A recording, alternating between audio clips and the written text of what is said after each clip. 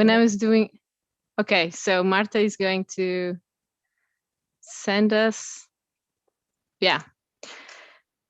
So let's start. It is welcome to everyone watching today. And we're going to start with this month's presentation in a bit. I just would like to know, I will just say a couple of words in Portuguese first. Bem-vindos a todos os que nos estão a ver em direto ou em diferido através do YouTube, do canal YouTube do Museu de História Natural e da Ciência da Universidade de Lisboa, do MUHNAC. Não se esqueçam que durante o decorrer da apresentação podem escrever as vossas perguntas nos comentários, podem escrever perguntas em português, inglês ou francês, que nós depois traduzimos para a Déborah. E não se esqueçam de subscrever a página do MUHNAC aqui no YouTube.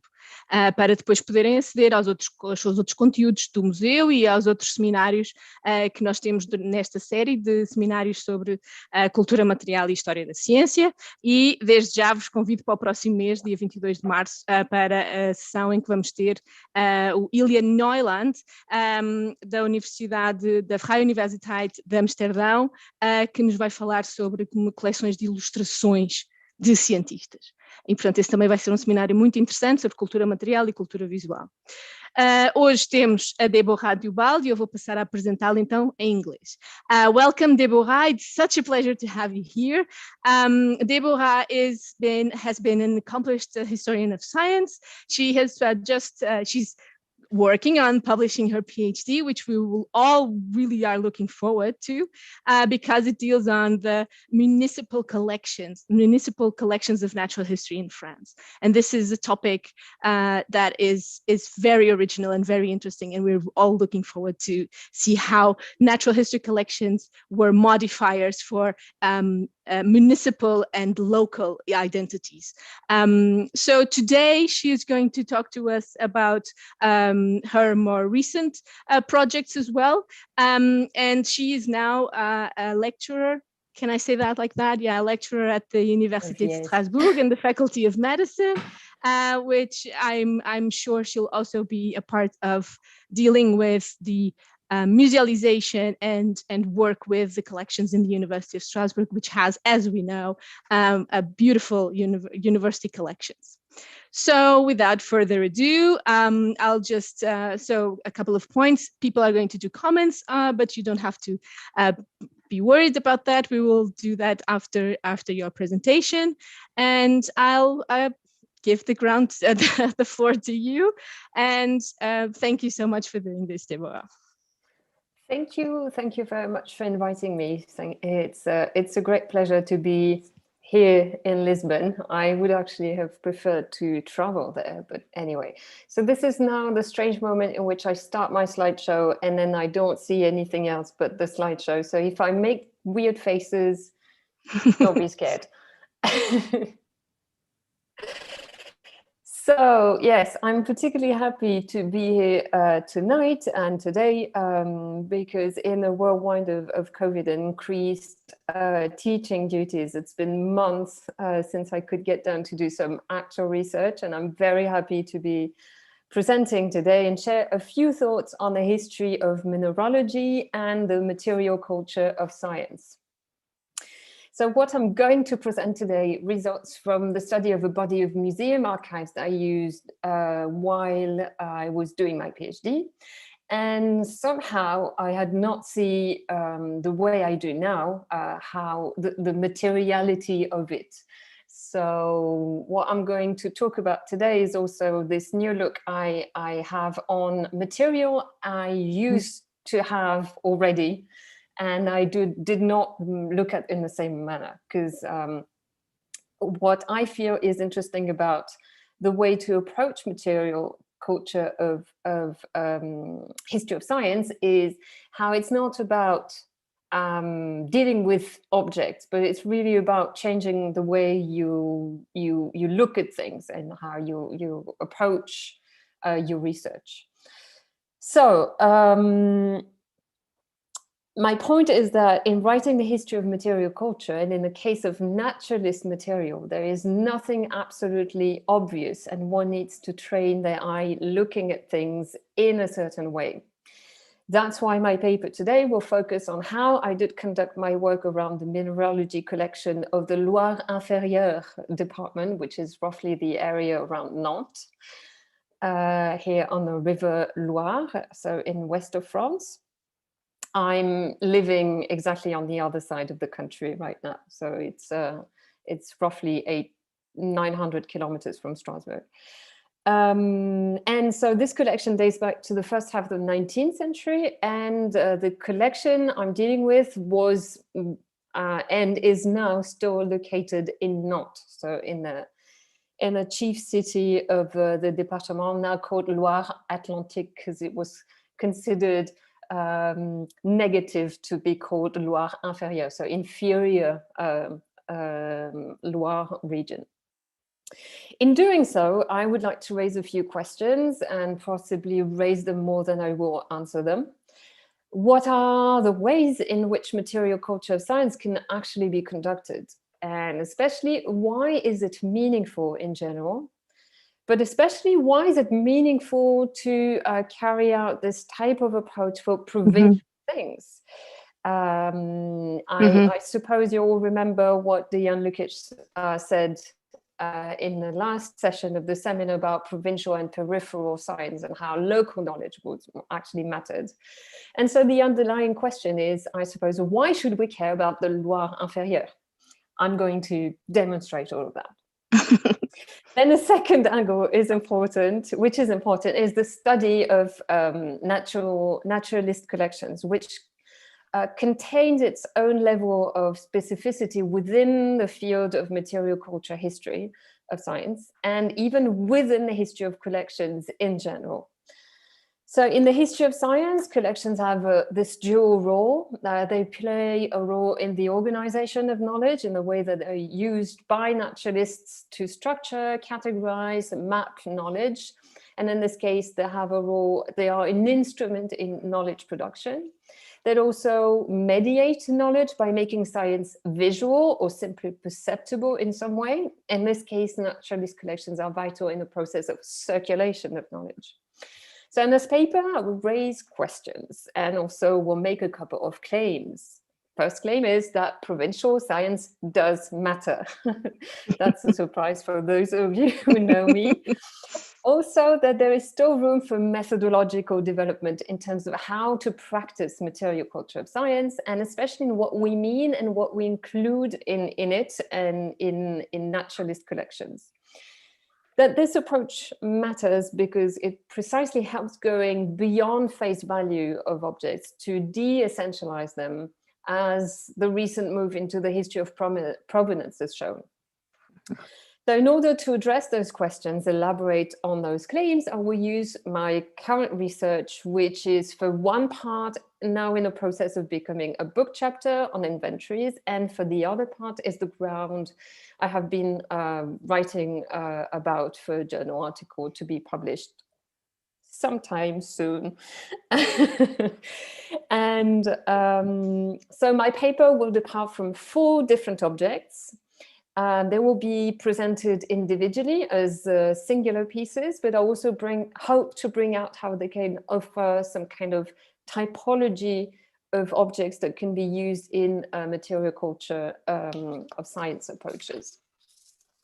So here goes the list of objects. So there will be a mineral, a cabinet, a map, and a catalogue. Love it. Sorry. Sorry for playing silly. So, object 1, the mineral.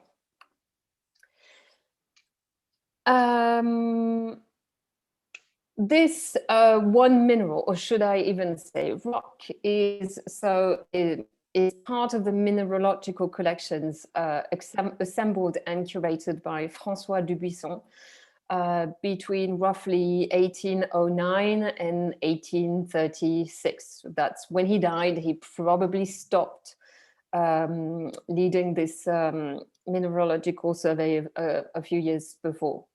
So the label reads talc schistoïde gris verdâtre du fondement de l'hospice de Saint-Jacques au sud de Nantes, donné par Monsieur Perraudot, fils entrepreneur. This means something something that I tried to translate into grey-green schistoid talk from the underground of Saint-Jacques Hospital in the south of Nantes, given by Monsieur Perraudot's son, an entrepreneur. And there is another piece of text at the bottom that says talc laminaire bronze, which I abandoned translating, because I'm not sure translation actually makes sense here. So the rock is attached to a small wooden stand, which is covered in black paint. The mineral is arranged on the stand with a couple of nails, which have oxidized, and it bears a label on the two sides of the stand, an older and a new one. Unfortunately, I didn't take the picture of the other and more recent label, so you'll just have to imagine it. But it's basically an update of the description of the sample, and it has less information about where it was found, and it was probably made in the early 20th century in an attempt to renovate the collection.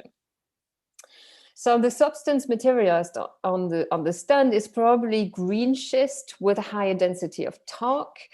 This is already interesting because it shows that it is a rock rather than a mineral, and a test for moving categorization of collection today would go into petrology rather than mineralogy.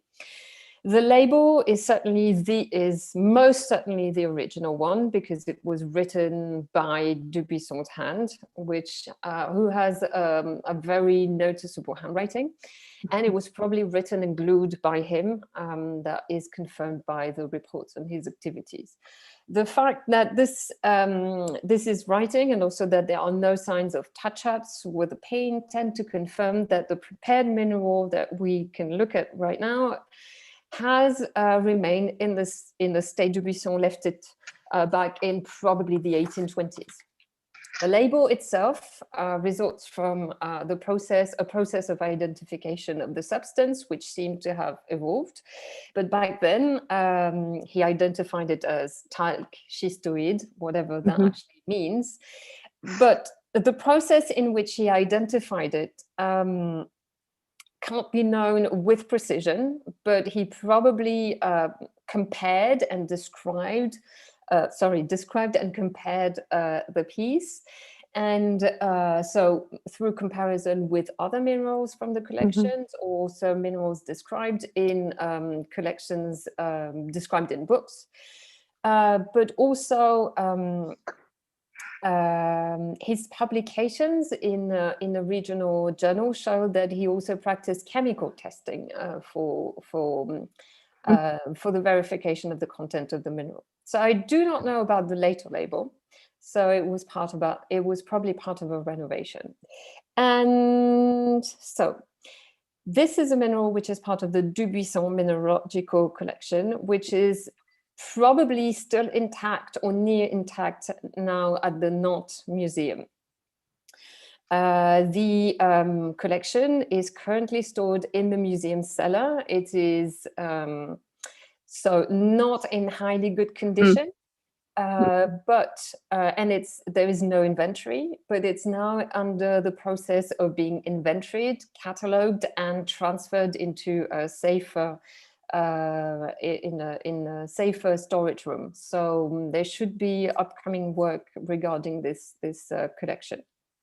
And there are many thousands of other minerals like those. It's just that when I visited the place back in September, so precisely in between two lockdown sessions, it wasn't really the right day to actually make many pictures, so I only took this one.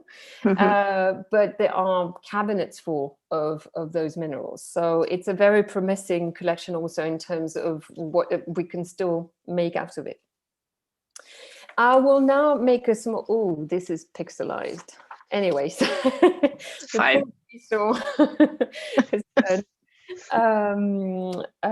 Very computerized on this picture. So I just pause over Dubuisson, who has this very interesting profile. So he was a mainly self-taught naturalist. His trajectory probably took him from working class to the local Nantes scientific circles. And this is usually shown by his writing, which was a constant mark of his lesser education with regards to other Nantais naturalists, and was quite regularly mocked by his peers. So he had been trained by a chemist, and so he had built some skills in chemistry. And in some way, which I could not uncover, he became the custodian of Buron, so an engineer in Nantes. So Buron had a collection, and he had appointed Dubuisson to be the custodian of this collection.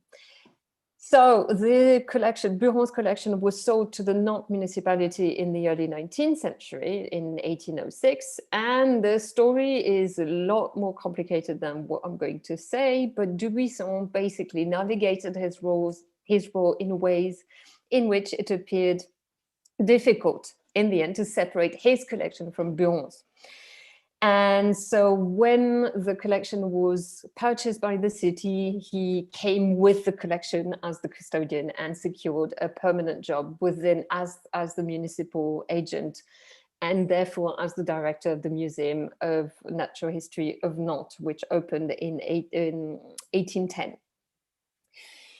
And yeah, ever since his work, everything that he wrote in every letter, in most of his publication, there was always this effort to fashion his role, what he considered his role as a naturalist, and to sort of compensate for his social origins, and to prove that he was actually a member of this scientific community.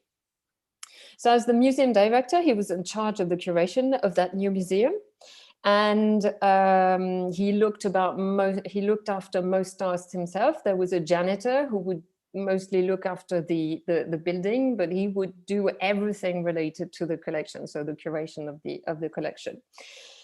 And the mineralogical collection, that's where I was going, was one bit of his work, but probably an important part of this work for reasons I will explain later. So this is important also because it helps decipher what the full story of this mineral is, and it helps to unpick stories of those objects as neutral artifacts that would convey a scientific information or discourse. Quite on the contrary, it reveals how the mineral is altogether the product of a very peculiar history. Let's move on to object 2, the cabinet. So the actual early 19th century cabinets were probably not preserved, at least not to my knowledge, which is not all-knowing. The collections and furniture were possibly in a pretty bad condition when they were moved from the first museum building. So that's where Dubuisson was working, in Rue Saint-Léonard. So that's in Nantes. So that's the weird shaped Museum of Nantes from 18-something to 1870. And this is where it was located in the city. So what's noticeable is the river, and it literally had its feet in water, the museum. And so everything was affected by humidity, particularly. And it's one of the reasons they had to change buildings. And that building was, I think it was brought down and was changed to some other building afterwards. And so it moved from the blue star on the right to the blue star on the left, or in the middle of the picture here. And my chronology is a bit approximative, and it should be 1875 for the new Natural History Museum, but I'm not sure the Natural History Museum in the old location was open further than 1865, because it was literally falling apart and collapsing. So it was not actually safe for people to go in and visit. So the situation there was so bad that probably the furniture was not kept. However, the way we can document the cabinet where the mineral was kept and shown, sorry, that's the new, it's a no plan that was not actually carried out for the present day building, but it's something close to that. So yes, one way to document this cabinet where the mineralogical collection was kept is the plans that were made by the public architect Picot in 1812. So this is one of them. So by relating several pieces of documents, we know that this was in a circular room which was used for the mineralogical collection, and so quite fortunately this plant was kept, and the reason why was also because it was the result of the decision regarding the public market and the attribution of the making of the cabinet. So it was all very official and related to the municipal finances. Anyway, two hypotheses can be made regarding the aspect of the planned cabinet, which is quite plain and neutral in some way, with a little bit of decoration, but and those large windows that allow to see through, this bottom space that can be used for storage, but generally an open cabinet in which you can look at what's inside. So fairly simple and plain. Why is that? Because of the financial state of Nantes in the early 19th century. It was not thriving like most cities. So the commune, the municipalities, were relatively a recent creation in this specific administrative status. And they were symbolically autonomous, but not really financially, and they depended highly on the central government and had very little elbow space in terms of income. So limited elbow room economically, yet they would invest in that type of collections, which is what struck me at the beginning when I started the PhD, is why would they do this? It's expensive, but still they do. Because of the symbolic power and the capital it actually brings into the city. So the plainness of the architecture of this cabinet was probably also commissioned so as to favor this neutral environment for the exhibited products of nature. Unlike Lyon, in roughly the same time, where list of purchases contained a white textile to cover the inside of the cabinets, in Nantes, I rather identify systems, devices to prevent dust or organisms to enter the cabinets and to sort of neutralize them as much as possible. And what's interesting in Nantes, which is close to the sea, is that they used flax fiber to seal the doors, which is a technique which was also used for caulking the hulls of the boats, and which was a primary material which was used nearby. So this cabinet was created to be fitted in the circular room. That's one slide too far. And why was there a circular room? Because the building before it was made a museum was an anatomy theater, so a school of surgeons.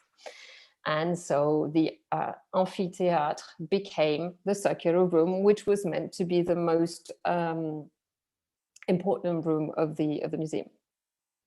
So the cabinet was meant to be built in the room, and it appears, again, plain and simple. No documents described the actual intention of the architect, and no document actually describes how then the minerals were organized on the shelves.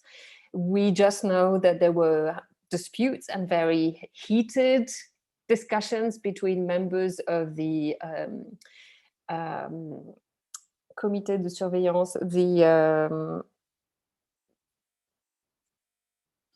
the surveillance committee of the museum and because they would disagree on how to organize the minerals.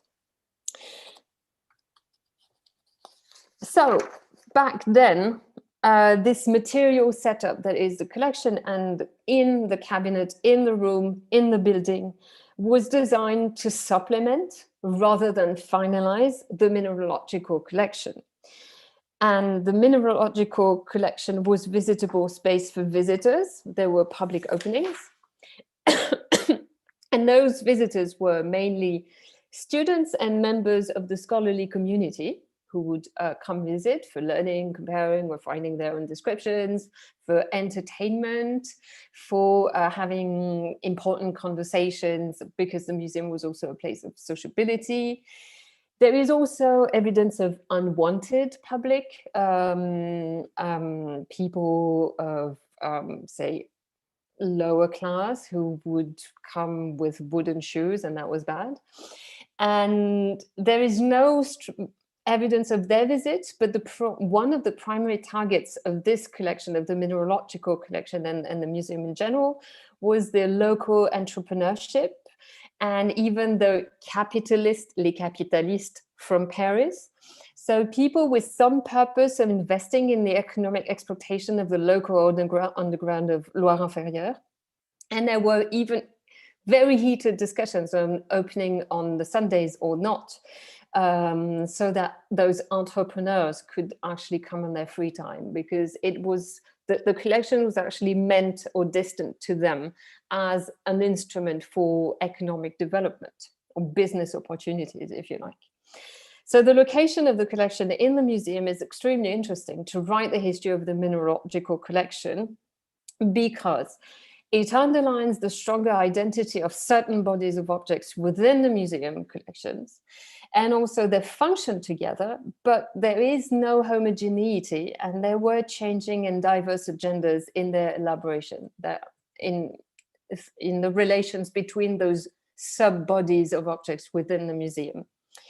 It also casts light on the diverse meanings and values of the objects, which were not solely scientific, or rather how scientific encapsulated the socially symbolic and also the economic dimension. So that's got to see with how we define what science is and what it means.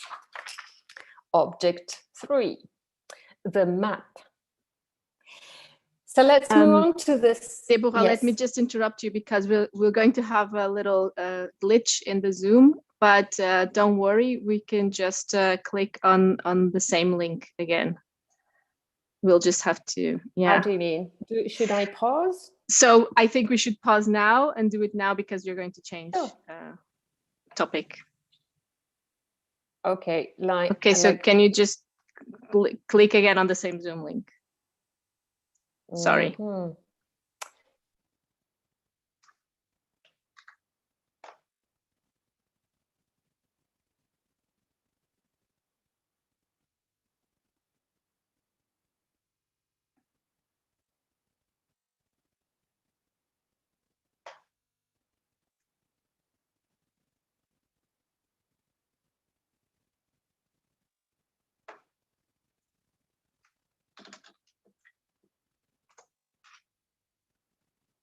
Sorry for that.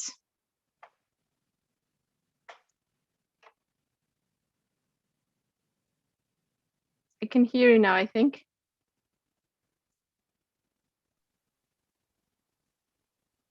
Can you hear me now? Yeah, I can. I'm sorry. No, I'm sorry for that. That's totally fine. I'll try. Should I rewind a bit? Like, should I go back a little, or I really have no clue what happened. Yeah, no, I think we are okay, because I think everything is okay now. As long as you. I still have like. You just need to share your screen minutes, again. Right? Yes, sorry. There you go. Does that work? Not yet. What did I do? I'm silly. Sorry. I forgot to, I pressed play, but forgot to share the screen. But now I can't share the screen anymore. Why is that? Oh, you should be able to. Yes, that's what I thought. No. Your co-host now, so you should also be.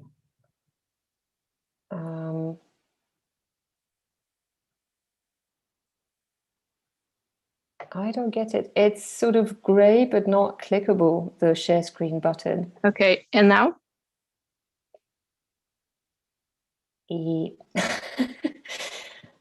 I see no change. Sorry for people watching. This is weird. This is the type of things that happen. Okay, maybe I can these reconnect. Should I yeah, leave and come back again? Yeah, we can we'll do that. Try that. Sorry. So no, it's fine. Pedimos desculpa por estes problemas, mas é o que acontece nas conferências ao vivo. Nós temos tentado fazer estes formatos e continuaremos a tentar. E pedimos só que então aguardem uns segundinhos até voltarmos a ter a Déborah e o PowerPoint. Ok.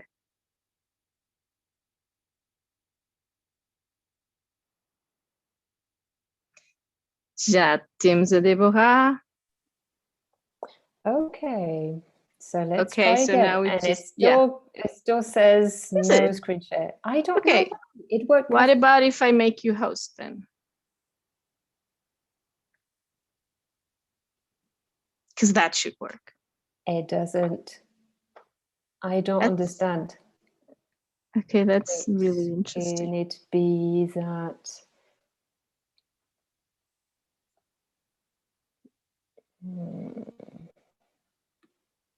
So why?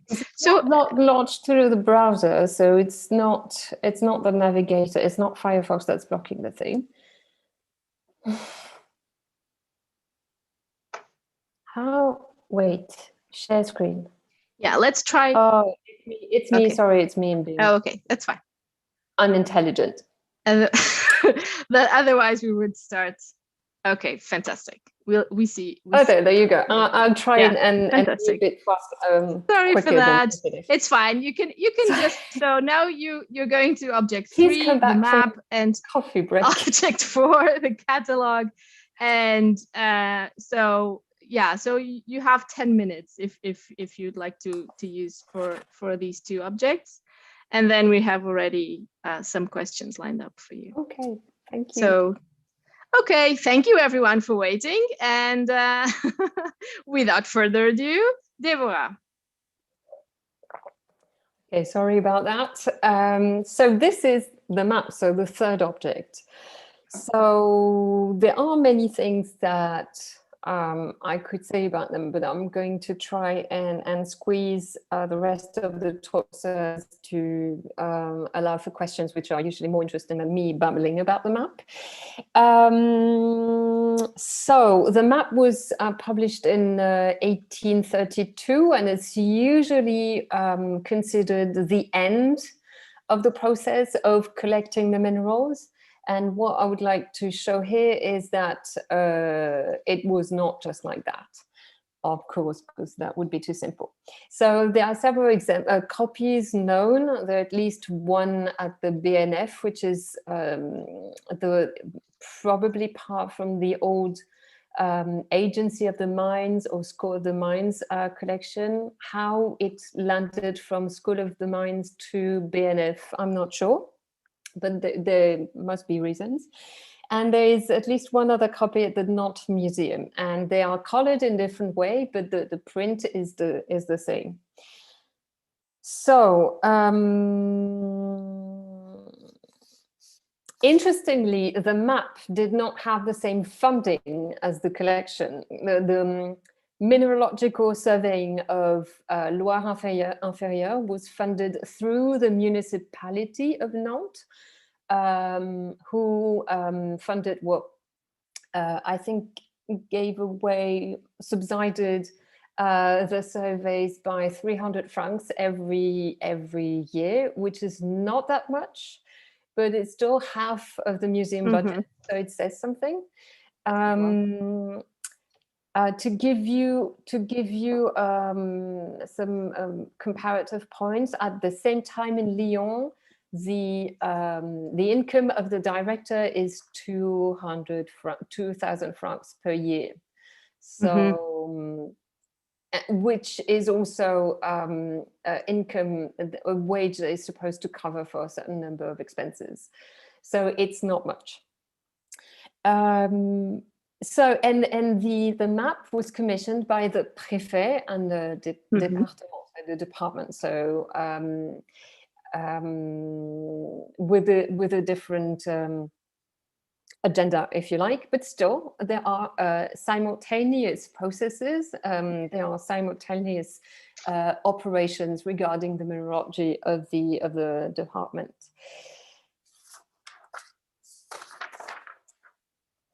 So the map was distinct from mineralogical collection objects, but it was nonetheless tied to the collection. And perhaps in some way it is part of that body of objects. In fact, it contributed to make sense of the objects by means of miniaturing the territory represented, the Loire-Inférieure, through also the apparent simplification of the scientific discourse and how it served as a possible visual translation of knowledge, catchable in the blink of an eye, for instance, by the prefect. And it is transportable. So the map could be moved or copied and presented to authorities or to anyone interested. Again, bringing the collection objects and the map together helps to reassess the way we consider a scientific artifact, and especially its utilitarian, economic, administrative dimension.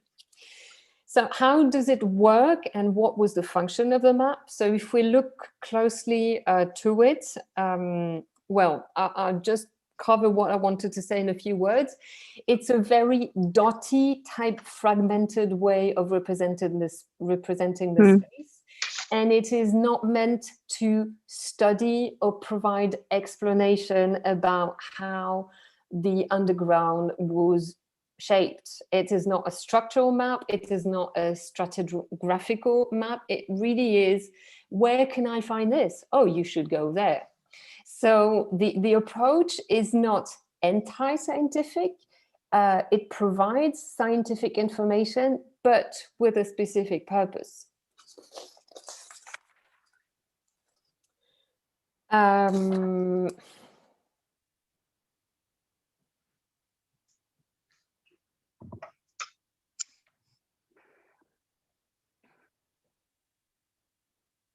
So yes, and something I wanted to say was also that the map complemented the effect of the mineralogical collection in how it contributed to the appropriation of a territory, which was, in terms of how it was delineated, still a fairly new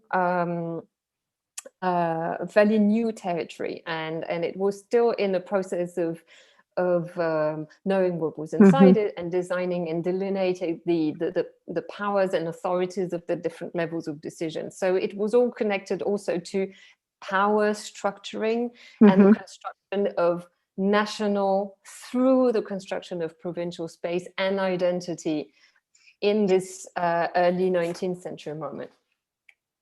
I'll move on straight to object 4, so the last object. So this is what I'm going to talk about here is the catalogue of the mineralogical collection. So again, it raises that question of where do we make the collection start and stop, and is the catalogue a part of it or not? I guess it depends also on what we're doing and what we're looking at, but it's still interesting to question those delineations and those categories that we have. So the catalogue, the map, is part of this body of objects that help understand the materialization of Loire-Inférieure. So it's a 3-volume manuscript with which once received the visit of a cat. And there is a print version that was published in 1830. And the primary objective of the catalogue was to keep record of the collection. But this catalogue is very much a finished product.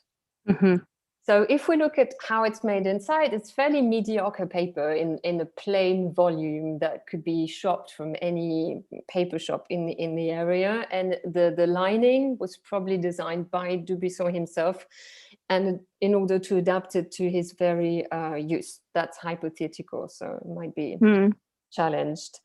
The work is fairly linear, so there is a high homogeneity in the handwriting and the ink cues that tend to show that it was carried out through 1 unit of time, possibly long, but still 1 unit.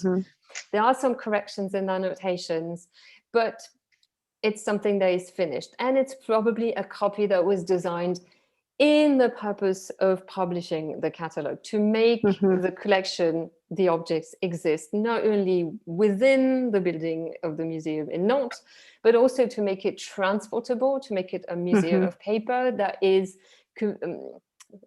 can be circulated outside of the city and to actually be known. And also for Dubuisson, there is this issue of him being recognized for his work, which is again something he strived a lot throughout his professional life.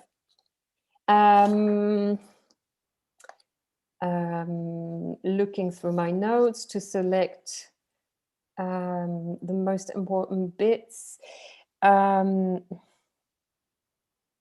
So yes, what is interesting about those 3 volumes, this catalogue, is how it's not only a list of things, but also it provides information about how the collection was made, how the collecting processes turned out to be.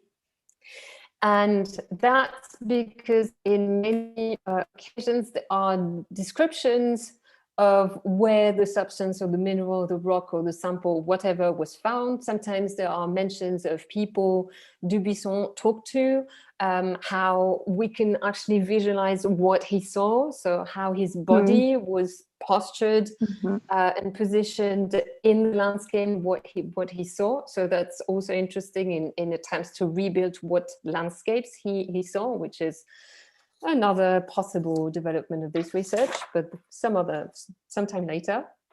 And also it's interesting because it designs a geography of the Loire-Inférieure, which differs according to the years. So that's 1 map per year of investigation, roughly. And we can see he selected certain areas, and he probably did one-off trips to some areas, and sometimes depending on the years, and then sometimes he would visit one place after another, leaving some time between each visit. It really depended. There is no rule, but what comes out in terms of the geography of the collecting is how he based his observations on municipalities, localities, or roads or crossroads. That's one way of actually locating and indicating where the substance is, or the sample, the mineral, etc. But also how he based his observations on already existing points of interest, like the quarries or the mines, etc., or other forms of businesses using the underground. And also what I wanted to say, so that's the overall map, and which shows that he's covered the entire department. And what is really interesting is that he never crossed the borderline. So I checked, and sometimes he was just a couple of like 100 meters away from Vendée, so that's the southern department, and he never actually went there, or he didn't mention it, but the fact that he never mentioned it also matters. So yeah, straight to the conclusion, and I would like to make a few points. So there were many more things that I wished I could mention, but that was short. However, I'd like to go back to the questions I started my paper with. What are the ways in which material science can be actually conducted? So in terms of methodology. I think what I tried to show here is that the complexity and the peculiarity of scientific work requires to try as much as possible to not essentialize collection objects, to confront them with other types of objects and materiality which were preserved. So it also depends on where you are and what you've got in terms of preserved objects. I'd say that sometimes when the collection objects are gone, it's even easier, because then you have to recreate the object without starting from them. Why is it meaningful in general? Well, by bringing all of those objects together and by considering some of the document objects, like the catalogue, we continue to investigate scientific practices and how it is not solely intellectual work, but how it is inscribed in postures, in long hours, in straining outdoor activities, in taking notes, whatever. And it's still important today to invisibilize the little hands and the small task of practices of science. For the history of museums and collections, this material culture of science helps reveal their diversity, and it is a necessary contribution to unpick and probably smash dominating models, which should also be provincialized. For instance, people are going to be so surprised. Paris is not French, it's Parisian. It has a strong influence, but it would be interesting to put Paris inside out and to look at how provincial and how peculiar Paris is. It also helps revisit what museums did, and especially how provincial museums served not as relays, but as scientific centers in the local scaled production of scientific knowledge in close relation with field experience and territorial construction. And finally, last point, it contributes to rewrite or consider again what is meant by scientific through the interrogation of the division between scientific and economic, administrative and utilitarian, because in the context of provincial local science, local conditions configure those aspects differently. Thank you very much for your attention.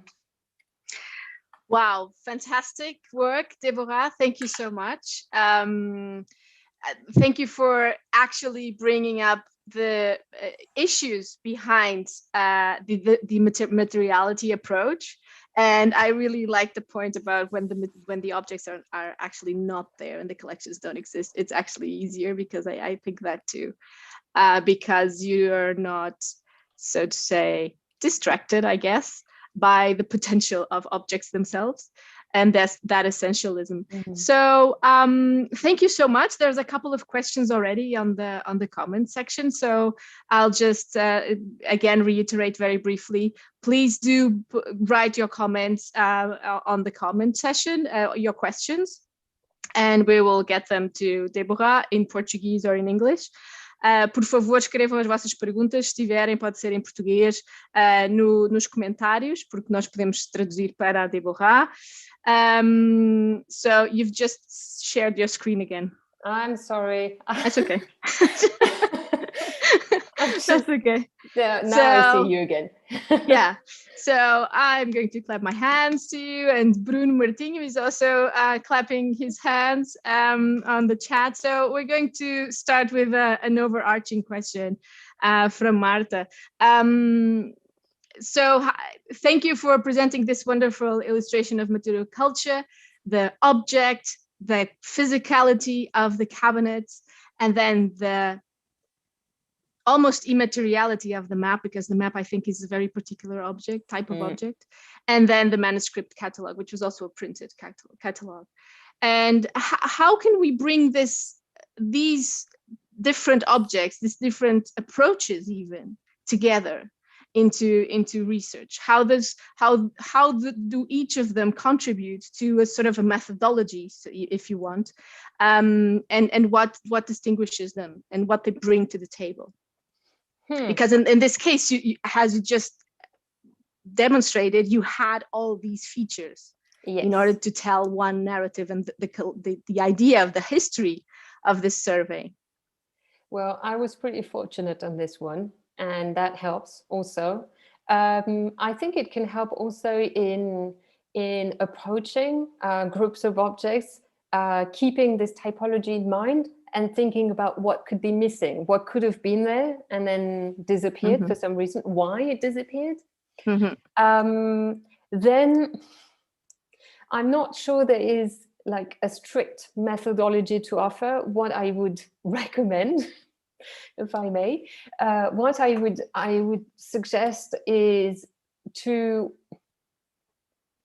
perhaps not start with the actual collection objects and look at other documents and then re-enter the study of the collection from another side, because it's always sort of subjugating to be faced with those collection objects which carry so much power, and to undo this and keep a distance is sometimes difficult. And also I think a practical thing I think would be useful is also in the way those objects are considered, curated, arranged, assembled within museums. It could be really valuable to sort of pre-establish those links by making relations within databases, connecting the I mean, it's complicated, I know, but not separating necessarily what is considered the archival material from the inventory of objects, etc., and sort of rethinking perhaps the way we treat those objects in a more sort of global perspective.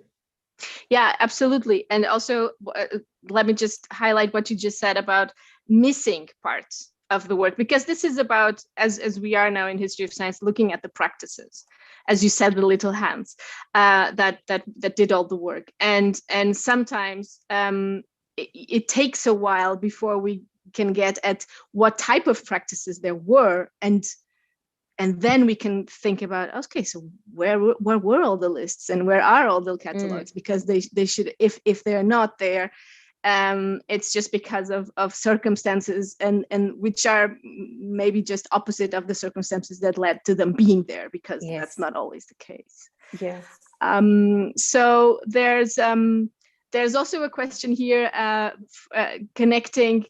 You mentioned Paris and the Parisian identity being different from the whole French municipality identity, and I think that's a really interesting case, and you can elaborate more if you want. But there's also here a question very interesting from Marta about how about the comparison between also municipal museums in Germany and municipal museums in Italy, because that was also a case, and how are these? Is there a French model? Is the question? How do they compare? I wouldn't know how to answer that question, because that's really a missing perspective from my work, from my doctoral work, which for different reasons I could not conduct, because at some point you have to put a limit. But working solely on the national territory was from the start something that I was not too fond of, regarding the extension of my area of study. And it's part of my future research project, which will investigate more these transnational dimensions, because of course those local and municipal collections, they sprout everywhere in 18th and 19th century. I know that in Britain, because I really in Britain, the system might be a little bit more comparable in terms of the centralization of the state. And the system is very different in the sense that the initiatives, the incentives are usually given by the local communities and also by people who have interests in the economic and scientific development, which is not so far from the French model. But the French model is different because it has this national framework. So Paris provides the regulations, and then you have to apply it and then function within those regulations. So, but then in practice, it gives out more diversity than you would expect. So maybe in that way, there is a Frenchness to that system, but yeah, I couldn't be more.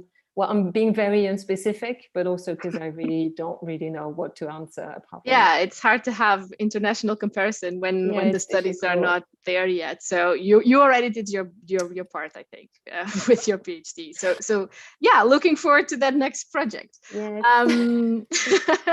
There's also here another question about.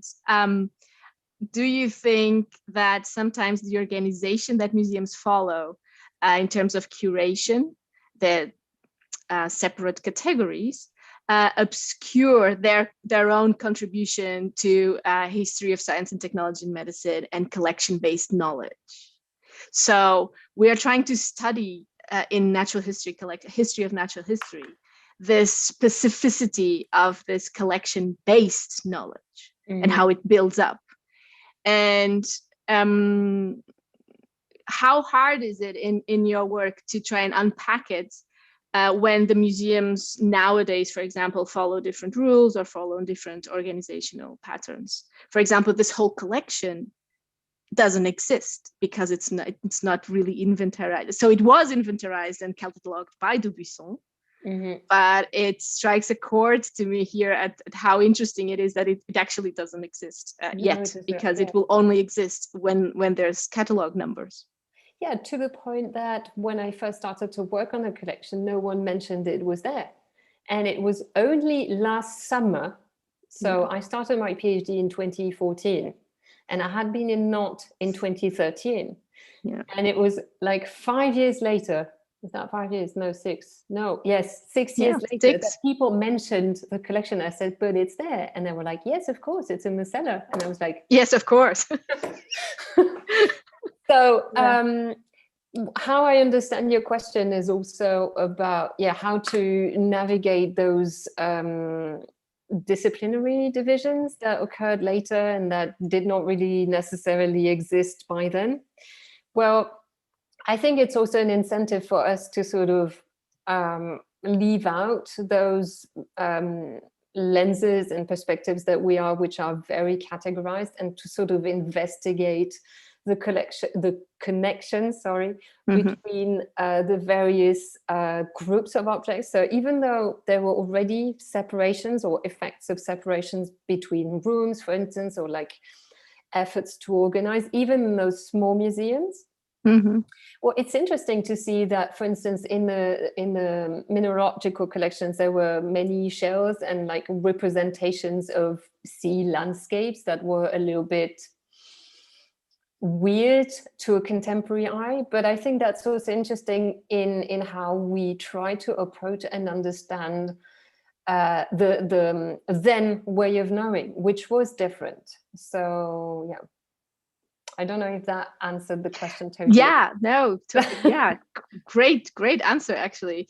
Pablo is asking us, hello, Pablo. if you can unpack a little bit further this idea of provincialization, and are there any specific objects in the Nantes collection that you could think of about the connection with the Upper Loire, for example, about in between departments and in between the regions? And is it possible to use specific objects to find connections about provincial collections? Yeah, exactly.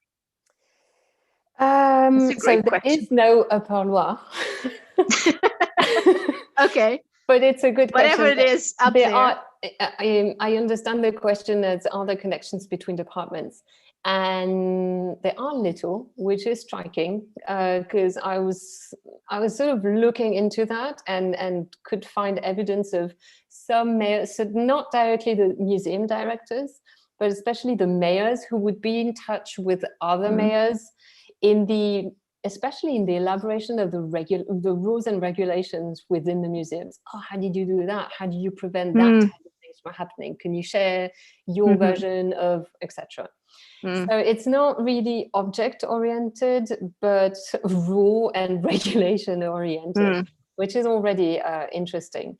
But then that's interesting, because then it's circumventing any other sort of, so to speak, Parisian regulations. Yes. They usually, either it's because they don't get the response they expect, or they don't get replies, or they never actually, for those types of administrative or regulatory things, they don't ask Paris or the National Museum, because it's a different world, but they would ask their peers. And I see that as that. So that's interesting. It's and that answers also the question on provincialization. And I recognize you here, Pablo.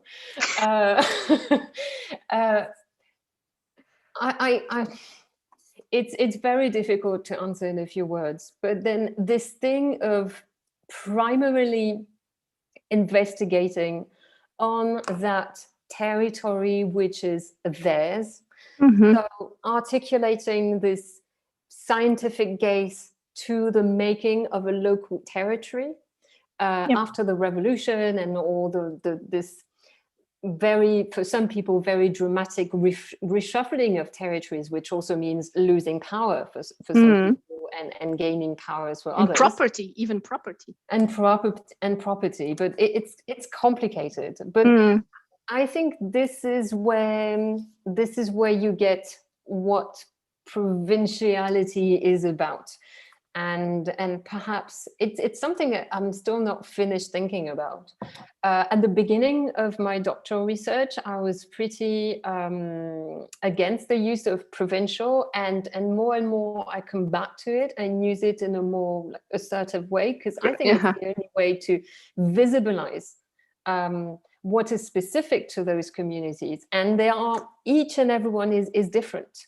And then in their difference, there is something that comes out as indeed provincial. But I really would like to insist that I do not mean provincial as something which is inferior to Paris, but like Paris would be a province too, possibly. Sorry, that's a short answer for very long discourses, but we'll discuss that further. No, thank you so much. This was just such a thought-provocative seminar, and I think I have myself a couple of questions more, but I think we should finish. I would just leave you with this idea that it's common speak to say the map is not the territory. So is the collection the territory, because it's also an evidence of. And so with this, do you want to comment on that? No, I wanted to say yes. Yes. Okay, so thank you so much. Thank you all for watching, and please share the link with your friends and colleagues. And I would just again like to remind everyone to subscribe to the museum's channel and to follow up on this seminar, because next month we'll have Ilya Neuland talking about also this conjunction between material culture and visual culture within history of science. And so thank you everyone for participating. Thank you Pablo and Bruno for writing up comments, and see you next month. Thank you so much, Déborah. It was a great presentation. Thank you so much for having me. Yeah, thank you very much. I was happy to be here, really. Okay.